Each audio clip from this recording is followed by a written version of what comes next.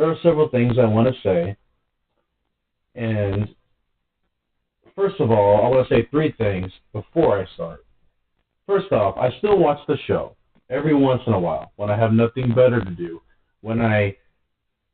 That's it. When I just have nothing better to do. When I have nothing else to watch. When I'm just have my free time. So I do tune into the show once in a while because I do, in a sense, still like the Dragon Ball genre. Number two, these are just my opinions. It's okay to have opinions. Whatever. No one's opinion is wrong. It's okay to have a opinion. It's fine. Thirdly, I'm not the only one that really feels this way, and I think some of us need to admit it a little bit. Dragon Ball, the series, sucks. Now, I was a fan of the original Dragon Ball series. I did like Dragon Ball Z sometimes, even though there were some things about the original series I didn't like that much, but Dragon Ball Z is what really got me into the series. And then there came GT, and now there came Dragon Ball Super. Now, generally, I do have a lot of problems with GT. A lot of people say that the reason why it's not canon anymore is because it sucks. Well, it's not really a good reason for something to be not canon anymore.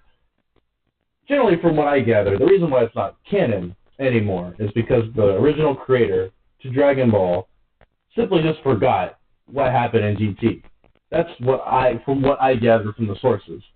Saying that it sucks is not a good, valid reason to make it non-canon. And the reason GT being non-canon is not the reason why I don't like the Dragon Ball series anymore. Let's put that out there. It's just that even if you have a season or episode that sucks, you can still continue forward in the show. There are some things in Dragon Ball GT that I generally liked that they could have continued with, like Goku and Vegeta's Super Saiyan 4 transformation, which I'm not sure if it's not really canon, that transformation is canon anymore. Regardless of that, even if Dragon Ball GT sucked, there was no reason to not make it canon. There was no reason to take that story out of the equation. So, with that being said, there was just no reason for it. That's it. So anyways, I got 5 things I want to say about the reason why I don't like the Dragon Ball series anymore. So the number two reason is the power levels are so inconsistent in the entire series. The power levels make no sense. But in a sense, Toriyama himself has constantly hinted that power levels are just a joke. They don't really matter. Because in one episode, you got Goku being able to send a blast that can destroy an entire planet. I don't think that was Goku. No, that was Vegeta. You get my point. Like, they have this power that can destroy entire planets and sometimes entire solar systems, depending on their power level for that episode. But then they go get hurt by something like rocks. One episode, Krillin's holding a rock, and he throws it at Goku, and Goku gets hurt by it. Generally, I know that scene was supposed to be funny, but then something else happens in Dragon Ball Super, or was it Super or Return of Gold Frieza, one of the two, where Goku is fighting Frieza and he's winning, but then he gets shot. But then, in other episodes, when Goku gets hit by bullets, the bullets don't really faze him. So, Goku's power, actually all the Dragon Ball's power makes no sense at all. Unless, well, for what we've been given, is that when the characters concentrate their chi power, that's when they get stronger and faster or whatever. But there are sometimes some episodes where it's so inconsistent that, oh, this guy is so powerful. Now this guy is so powerful. Oh, I just beat this guy. Oh, no, this guy is so powerful. In a sense, the Dragon Ball series is about overcoming obstacles. It's about being the best, right? But that doesn't hide the fact that the power levels and how they get stronger and their limits and what they can do, they make no sense. whatsoever. In fact, I think the entire Dragon Ball series would have been better off had they just never mentioned power levels to begin with. Because I think all it's done is confuse people. Like, oh, Goku is 1 million power level, or Vegeta is 1 billion, blah, blah, blah, blah, blah, blah, blah. But at the same time, again, power levels don't fucking matter in the Dragon Ball series. But fans have become so confused about this power level notion that hardcore fans themselves are even confused by what power levels actually mean. In the end, power levels is just like their chi. It's how much chi they can channel. That's it. That's how they get their power, is their chi. But the thing is, all characters in Dragon Ball have chi. And not just all characters in Dragon Ball, but everyone technically has chi. Even in Star Wars, Superman, Batman, everybody has chi. So, the chi part is not what I'm complaining about. It's just the more of the fact that their power levels have always been inconsistent in the Dragon Ball series. And number three, the number three thing that bothers me the most is the non-canon Dragon Ball movies. From Broly to Battle of the Gods, all of them would have been great additions to the canon timeline. It's not the fact that they're not canon, it's the fact that, in a way, they're so confusing. I myself have been a long-time Dragon Ball fan, and even I sometimes get confused that, hey, I forgot, these stories in particular are not canon. But why would they have to be not canon?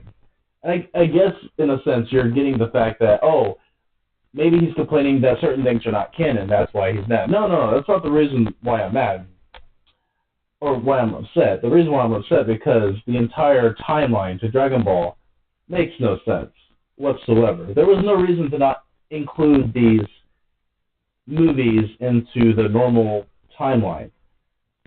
Basically, everything about Broly is non-canon from what I gather. But Broly is such a cool character, why not add him? And again, you're going back to inconsistencies with a timeline. You have Bardock. Bardock was hinted at being the original Super Saiyan at one point, but he was also hinted at never being a Super Saiyan, that he just saw his son in the future defeating Frieza. Everything about Bardock makes no sense. Depending on what timeline you're looking at, I guess. Why couldn't they just give Goku's father an actual canon timeline that doesn't confuse the living fuck out of people? So anyways, yeah, that's it. Just the movies really bug the living fuck out of me that they're not canon. And then we got number four. Number four. Now, this isn't really the fault on the animators, per se. If you understand life in Japan, but at the same time, it is a big deal. There are some times in the Dragon Ball series where the animation is so amazing, like it's breathtaking. But then in another episode, it's just crap. It's just like, especially in Dragon Ball Super, it's been happening more often than it should. But at the same time, like I said, it's not really the creators of Dragon Ball. It's not their fault. Like I said, if you understand life in Japan, especially the work, everybody works. I currently live in China right now, and I've been to Japan, right? So I've been around Asia. Life in Japan it's a workaholic country. So everyone goes in and out of work, especially with these animators. These animators, they make shit money. Like, they don't make shit, like, at all. So these guys, they're sitting there at a desk drawing all day. They're not making anything. But they always got to make these timelines in their anime. So basically what's happening is you have a lot of rushed episodes in Dragon Ball. And it's BS because Dragon Ball is such a great series and that people actually enjoy the series, even if you have problems with the anime, even if you have problems like what I complain about, you can at least make a decent animation. Don't throw us a curveball and make these crappy episodes that just make no... It does nothing more than deteriorate your product. It makes me not want to watch your product because it's so crappy. But at the same time, as I said, it's not their fault, 100%. but it is still an issue. And now I get to number five. My number five. My final reason. There is so much pointless shit in Dragon Ball. Now, this doesn't go back to my number four, where at the same time, it's not really the fault of the animators. You see, depending on what country you're from, the mindset in countries like Japan is much different than the mindset in the U.S. Oh, Matt, what are you talking about? Whatever do you mean? Well, for one thing, if you actually watch the Japanese version with translated English titles, even though they're not really that well translated, even if you watch the Japanese version Goku versus the American version of Superman, Goku in the U.S. is basically Superman, while in Japan, his character is much different. In fact, Goku can pretty much be seen as selfish in the Japanese version. But what I'm getting at is there's so much pointless crap in the Dragon Ball series, where there's one episode from Dragon Ball Z where Piccolo goes and gets his driver's license, or in Dragon Ball GT where they have to dress up as girls in order to get, I forgot what they're supposed to get something. And there's some episodes, again, going back to the original Dragon Ball Z, where Goku fights Frieza in a fight, an infamous fight that was supposed to be 5 minutes, that I swear to God lasts at least 10 or 20 episodes. 5-minute fight that lasts 10 or 20 episodes, and it makes no sense. That entire fight should have lasted just one episode. But I guess they stretched it out just to make the series last longer, or the episode last longer. But the thing is, in the Dragon Ball series, there is a lot of pointless stuff like that, where characters spend so much time trying to do one thing that lasts so long.